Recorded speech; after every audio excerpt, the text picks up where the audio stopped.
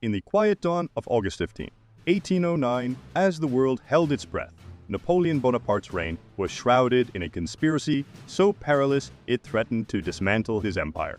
How did this insidious web of deceit nearly topple the man who had conquered much of Europe? Imagine the dramatic turn of events at the Battle of Waterloo in June 1815, where shifting alliances and critical missteps sealed Napoleon's fate.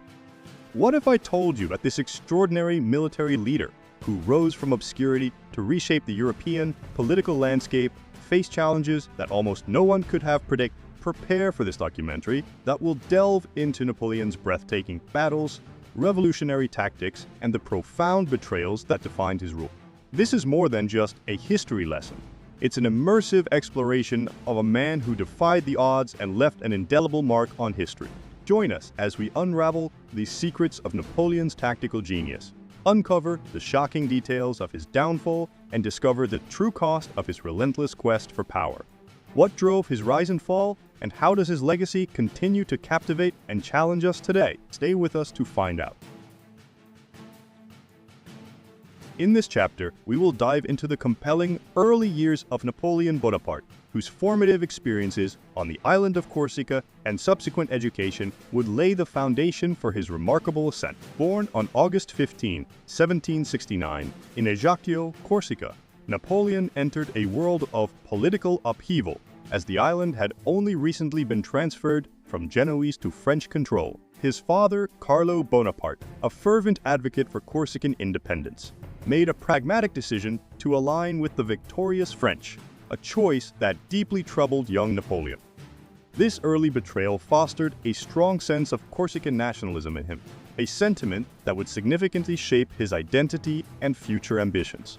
As we shift focus to his education, we see Napoleon's journey from the isolated Corsican shores to the prestigious halls of French academia. Thanks to his father's influential connections, Napoleon and his brother Joseph were awarded scholarships to French schools, marking a pivotal transition in their lives. Enrolling in the French Military College and later the Military Academy in Paris, Napoleon embarked on a rigorous education in artillery, where despite facing scorn for his Corsican accent and heritage, he excelled in subjects like mathematics, history, and geography.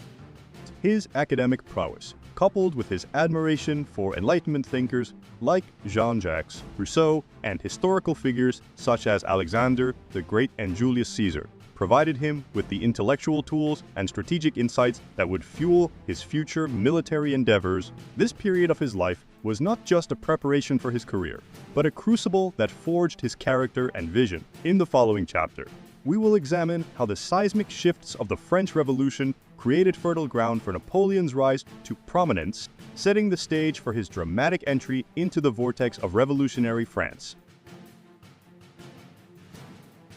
In this chapter, we continue our journey through Napoleon Bonaparte's rise to prominence, delving into the transformative era of the French Revolution and his early military successes that would pave the way for his ascendancy. The French Revolution, ignited in 1789, was a seismic event that radically reshaped France's political landscape, creating a climate ripe for the emergence of ambitious and skilled individuals like Napoleon. This period of upheaval saw the storming of the Bastille, a symbol of royal tyranny, and the rise of the National Assembly, which sought to establish a new republican order.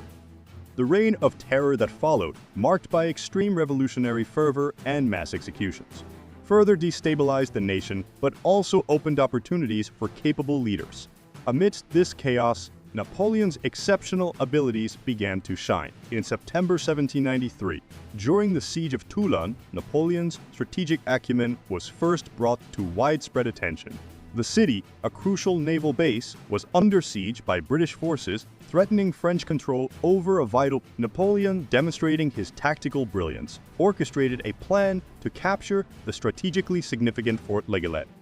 By positioning French artillery on this elevated vantage point, he effectively neutralized the British naval threat, leading to their withdrawal and securing a significant victory for the French. This triumph not only showcased Napoleon's innovative approach to warfare, but also earned him a rapid promotion to brigadier general at just 24 years old.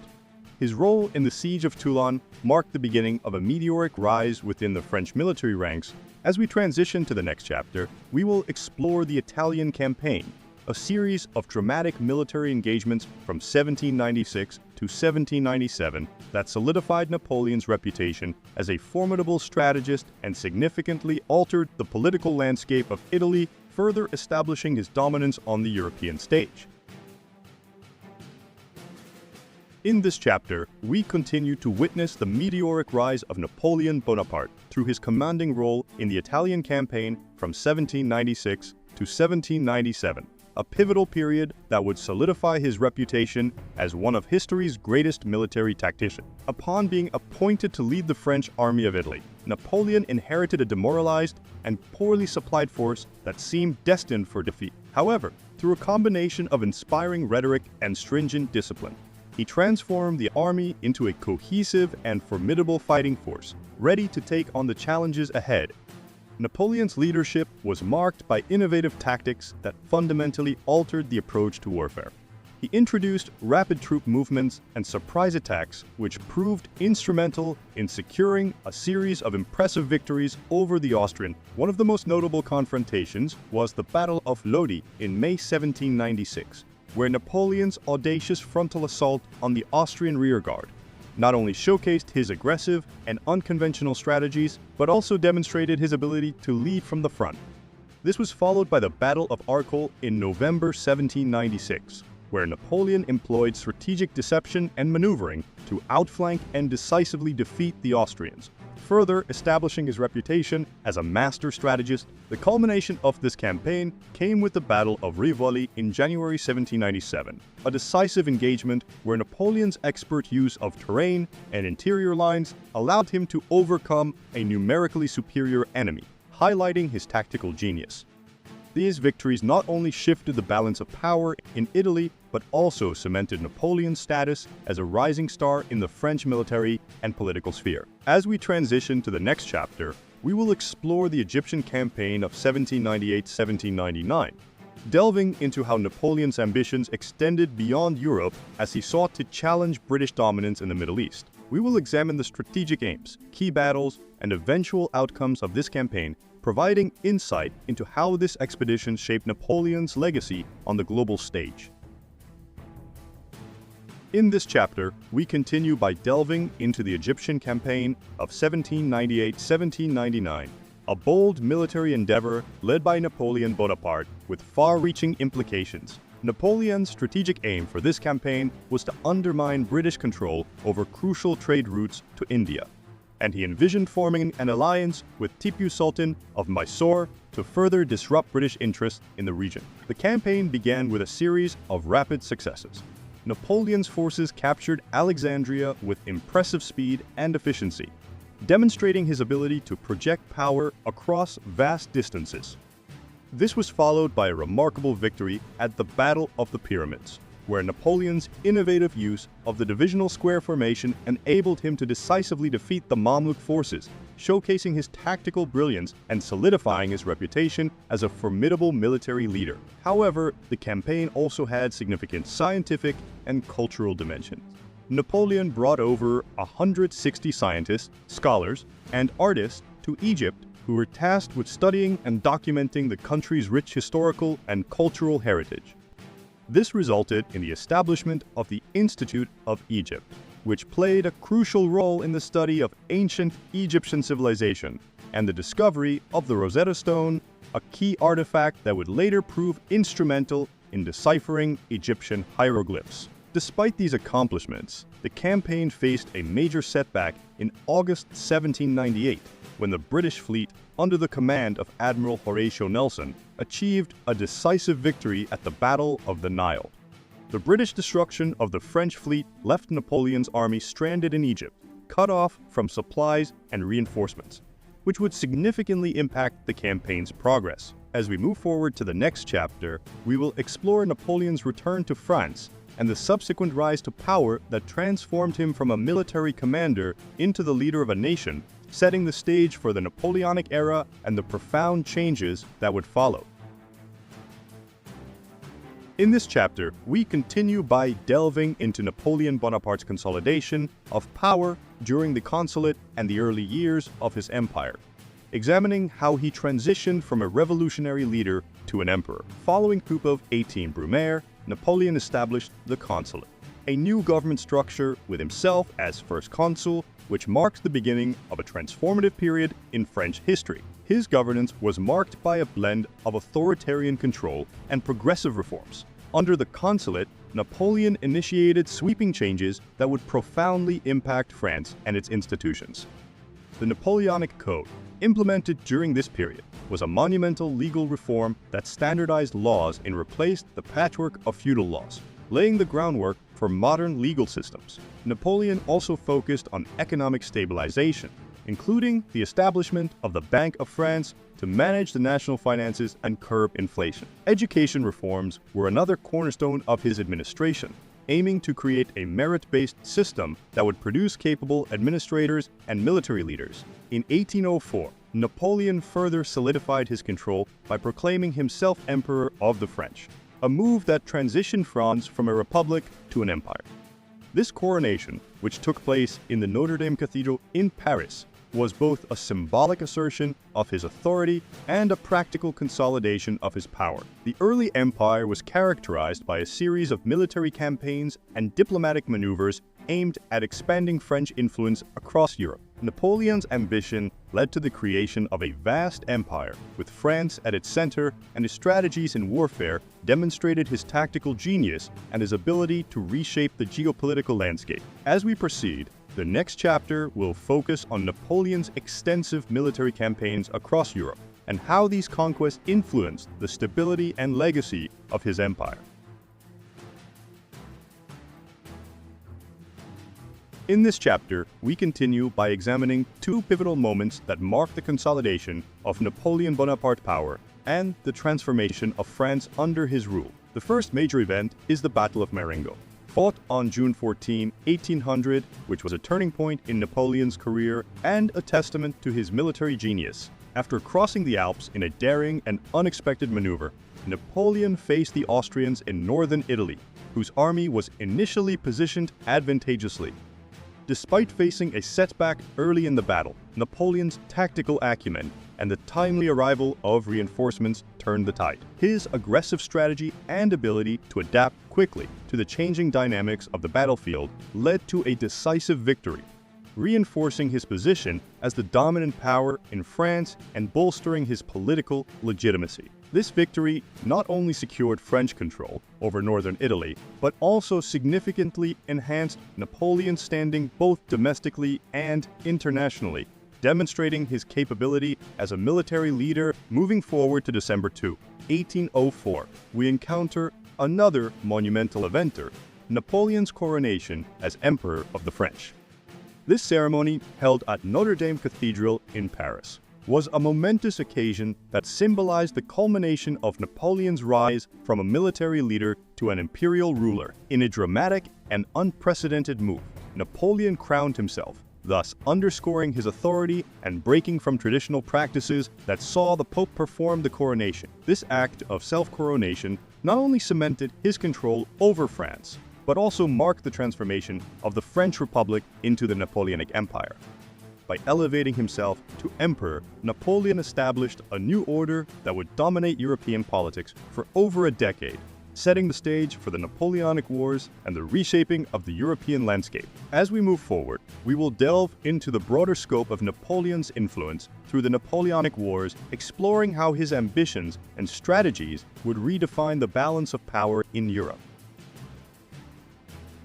In this chapter, we continue our exploration of Napoleon's era by examining the pivotal events of the Napoleonic Wars, which began with the War of the Third Coalition in 1805. This period was marked by Napoleon's remarkable strategic prowess. Beginning with the Battle of Ulm, Napoleon orchestrated a meticulous envelopment of the Austrian army under General Mack, capturing 30,000 troops and effectively neutralizing Austrian resistance. This victory set the stage for the Battle of Austerlitz on December 2, 1805, often lauded as Napoleon's finest military achievement. Known as the Battle of the Three Emperors, it saw Napoleon outmaneuver Russian Tsar Alexander I and Austrian Emperor Francis CI, using brilliant tactics that secured a decisive victory and solidified French dominance in Europe. Moving to the continental system and the Peninsular War, we witness the complexities of Napoleon's strategic vision. The continental system was designed to cripple Britain by barring European trade with the British Empire. However, it faced significant obstacles, including widespread smuggling and economic strain on France's allies, which undermined its effectiveness and led to economic discontent across Europe concurrently. The Peninsular War, which began in 1807, saw Napoleon's forces embroiled in a grueling conflict in Spain and Portugal. The war, characterized by fierce resistance from Spanish and Portuguese forces and British support under the Duke of Wellington, devolved into a protracted and draining conflict marked by relentless guerrilla warfare and logistical challenges that sapped French resources and morale. The chapter culminates with the Russian campaign of 1812, a critical and disastrous venture for Napoleon. The campaign began with a massive invasion force that faced the Russian army at the Battle of Waterloo in September. Despite fierce fighting and heavy casualties on both sides, the battle ended inconclusively, failing to deliver a decisive blow to the Russian forces. As Napoleon advanced to Moscow, the city was abandoned and set ablaze by the Russians, depriving the French of vital supplies and shelter. The brutal Russian winter, coupled with constant harassment by Russian forces and widespread disease, led to a catastrophic retreat. The Grand Army, once formidable, was decimated by starvation, cold, and continuous attacks, marking a significant turning point in Napoleon's fortune. In the next chapter, we will delve into the decline and fall, exploring the factors that led to the unraveling of Napoleon's empire and his ultimate defeat. In this chapter, we continue our exploration of Napoleon's downfall, focusing on the War of the Sixth Coalition from 1813 to 1814. The Battle of Leipzig, fought in October 1813, was a defining moment in this conflict. Known as the Battle of Nations, it was the largest European engagement before World War I, involving over 500,000 troops from Austria, Prussia, Russia. Napoleon's forces, though numerically significant, were outflanked and outmaneuvered by the coalition's combined strength and strategic coordination. The defeat was devastating, leading to the rapid advance of enemy forces into France. Faced with mounting pressure and political instability, Napoleon was forced to abdicate in April 1814. His surrender marked the end of his first reign, and he was exiled to Elba, a small island in the Mediterranean, where he was given sovereignty over the island but remained under constant surveillance. However, Napoleon's ambition remained undiminished. In March 1815, he escaped from Elba and returned to France, launching the 100 Days, a brief, dramatic comeback in which he sought to regain his lost empire. His return culminated in the Battle of Waterloo, on June 18, 1815, where he faced a formidable coalition army led by the Duke of Wellington and supported by Prussian forces under Gebhard-Leberecht von Blücher. The battle, fought near the village of Waterloo in modern-day Belgium, was fiercely contested but ended in a decisive defeat for Napoleon. This loss effectively ended his rule and led to his second abdication. Following his defeat, Napoleon was exiled to St. Helena, a remote island in the South Atlantic Ocean, where he was placed under British custody. On St. Helena, Napoleon spent his remaining years in relative isolation, reflecting on his life and writing his memoirs. His health deteriorated and he died on May 5, 1821, marking the end of his dramatic and tumultuous career. In the next chapter, Legacy and Impact, we will delve into the profound effects of Napoleon's life and rule on European history, examining his contributions to military strategy, governance, and his enduring influence on both the political and cultural landscapes of his time. In this chapter, we continue our examination of Napoleon's enduring legacy and the profound impact of his rule. We begin with the Napoleonic Code, a monumental legal reform that Napoleon established, which has had a lasting influence on legal systems around the world. Introduced in 1804, the Napoleonic Code emphasized principles of legal equality, the protection of property rights, and secular authority, fundamentally transforming the legal landscape of France and inspiring numerous other jurisdictions to adopt similar legal frameworks.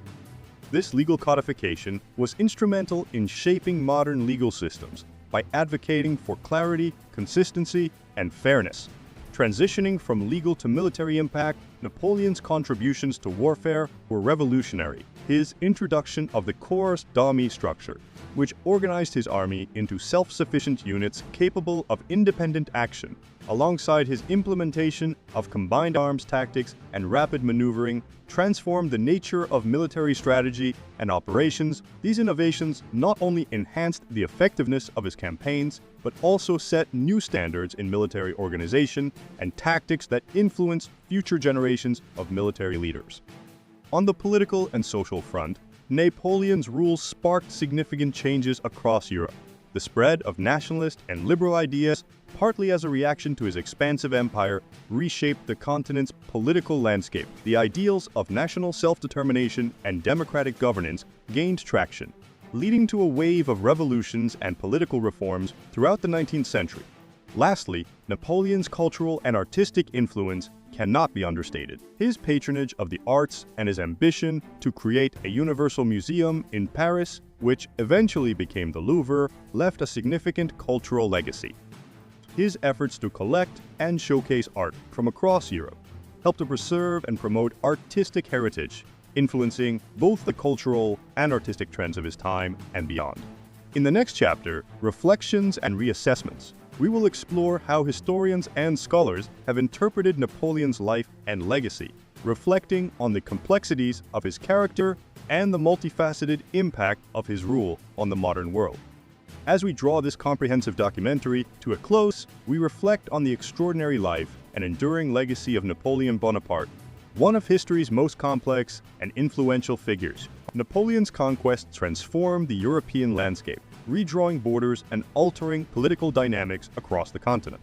His military strategies, marked by audacious campaigns and brilliant tactics, established him as a formidable leader who reshaped the course of history. Beyond the battlefield, his reforms modernized France in profound ways, from the implementation of the Napoleonic Code to significant changes in education, administration, and civil law.